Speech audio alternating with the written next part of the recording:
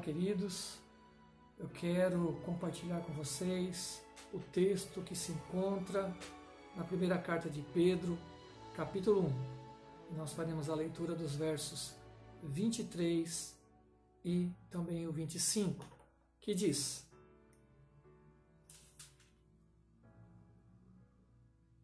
sendo de novo gerados, não de semente corruptível, mas da incorruptível, pela palavra de Deus, viva e que permanece para sempre.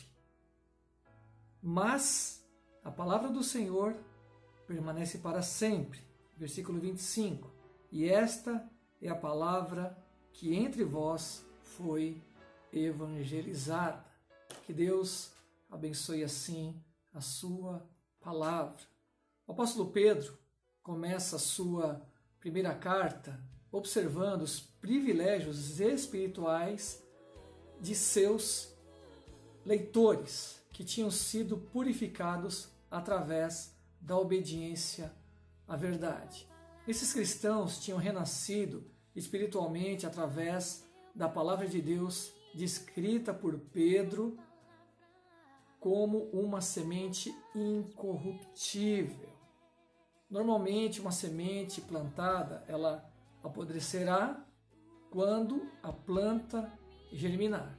Contudo, a palavra de Deus é viva e permanente, como bem foi observado pelo profeta Isaías no capítulo 40, versículo 8, quando ele disse: seca-se a erva, murcha a flor, mas a palavra de nosso Deus, ela subsiste eternamente.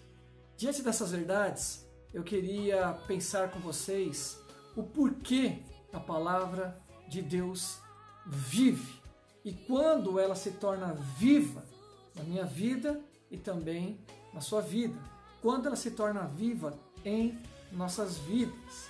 E a primeira verdade que nós precisamos entender e compreender é que a palavra de Deus é viva porque Jesus está vivo. Isso é muito importante. Jesus, ele é o tema central de toda a Escritura. Ele é a profecia de todo o Velho Testamento, ou seja, ele é a revelação veterotestamentária e ele é a anunciação e a encarnação do Novo Testamento. Se Jesus não estivesse vivo, com certeza a palavra de Deus ela não faria sentido algum, porque ela anuncia acerca de uma pessoa que viveu, morreu e que não está mais entre nós. Mas é importante nós termos essa observação de que a palavra de Deus vive porque Jesus está vivo. A maior mensagem proferida pelos anjos em toda a Escritura, ela está relatada em Lucas, capítulo 24, versículos 5 e 6, quando eles disseram: por que buscais entre os mortos aquele que vive? Ele não está aqui, mas ressurgiu. A palavra de Deus é viva, porque Jesus está vivo e ele, por si mesmo, na sua essência, na sua natureza, ele é a própria palavra. No Evangelho de João, no capítulo 1, versículo 1 diz: no princípio era o verbo estava com Deus e o verbo era Deus. Verbo no original grego, aqui nesse versículo, é logos, que traduzido quer dizer palavra, ou seja, no princípio era a palavra. A palavra estava com Deus e a palavra era Deus. Foi Cristo mesmo quem disse: passará o céu e a terra, mas as minhas palavras jamais passarão. A segunda verdade é que a palavra de Deus vive porque o Espírito Santo a vivifica. Isso, para nós, queridos, faz toda a diferença, porque as coisas espirituais se discernem espiritualmente como bem disse o apóstolo Paulo em 1 Coríntios capítulo 2. Quem já não teve aquela experiência de ouvir uma palavra ou então de ouvir uma mensagem e chegar à conclusão, nossa, eu precisava ouvir essa palavra. Deus falou comigo. Deus falou ao meu coração. Como o pastor sabia que eu precisava dessa palavra? Então a gente percebe que isso é um mover sobrenatural do Espírito Santo de Deus. Por isso que Jesus, em João capítulo 14, versículo 26, ele disse, mas aquele Consolador, o Espírito Santo, que o Pai enviará em meu nome, esse vos ensinará todas as coisas e vos fará lembrar de tudo quanto vos tenho dito. É o Espírito Santo que nos capacita, é o Espírito Santo que abre o nosso entendimento, é o Espírito Santo que faz com que possamos compreender, perceber exatamente aquilo que Deus quer falar conosco. E a terceira verdade, porque a palavra de Deus vive, é exatamente o porquê eu também tenho que viver a palavra de Deus.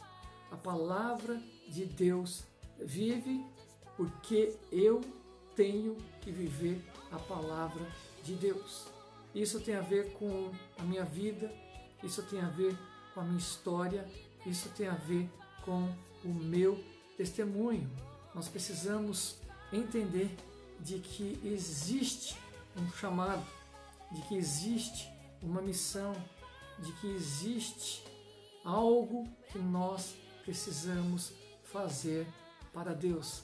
E essa verdade, que a palavra de Deus é viva, quando eu vivo a palavra de Deus, isso tem a ver com a minha história em sociedade, isso tem a ver com a minha história em família, isso tem a ver com a minha história com a minha igreja e a minha comunidade.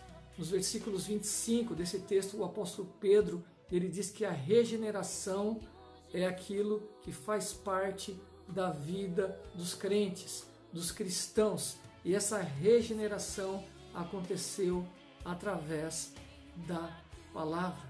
Essa palavra agora não é mais apenas e tão somente uma mensagem religiosa. É, antes de tudo, um estilo de vida. As pessoas precisam ver em nós a palavra sendo vivida em nosso testemunho, em nosso comportamento e também em todas as nossas decisões. Em 2 Coríntios, capítulo 3, versículo 2, o apóstolo Paulo escreveu: vós sois a nossa carta, escrita em nossos corações, conhecida e lida por todos os homens. Quando as pessoas olham para nós, quando as pessoas olham para mim, quando as pessoas olham para você, a pergunta que nós devemos fazer é: qual é a mensagem que elas estão lendo através da nossa vida?